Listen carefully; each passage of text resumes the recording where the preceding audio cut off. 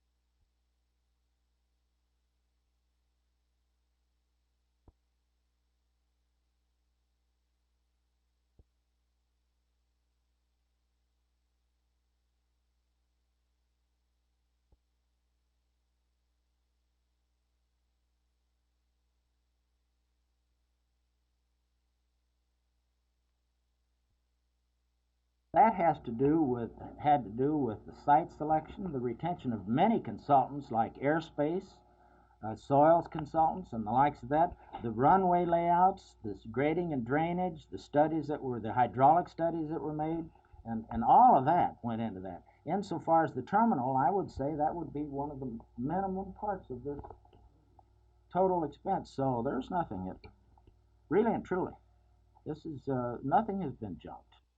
Strong words by NEA President Julio Alonso on urban slums as a legacy of a white middle class keyed the beginning of the National Education Association's meeting starting today in Dallas.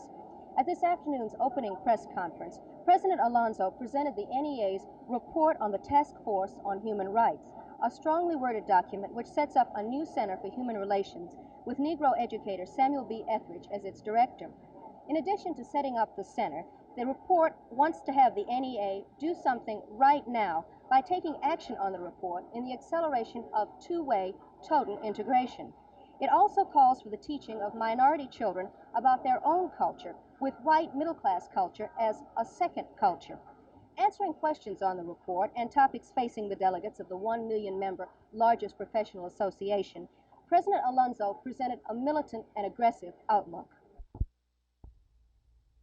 Union for teachers to establish guidelines when destroyed or not destroyed? No, sir. The policy of the National Education Association is that every effort should be made to avoid the use of the strike as a means of resolving an impasse.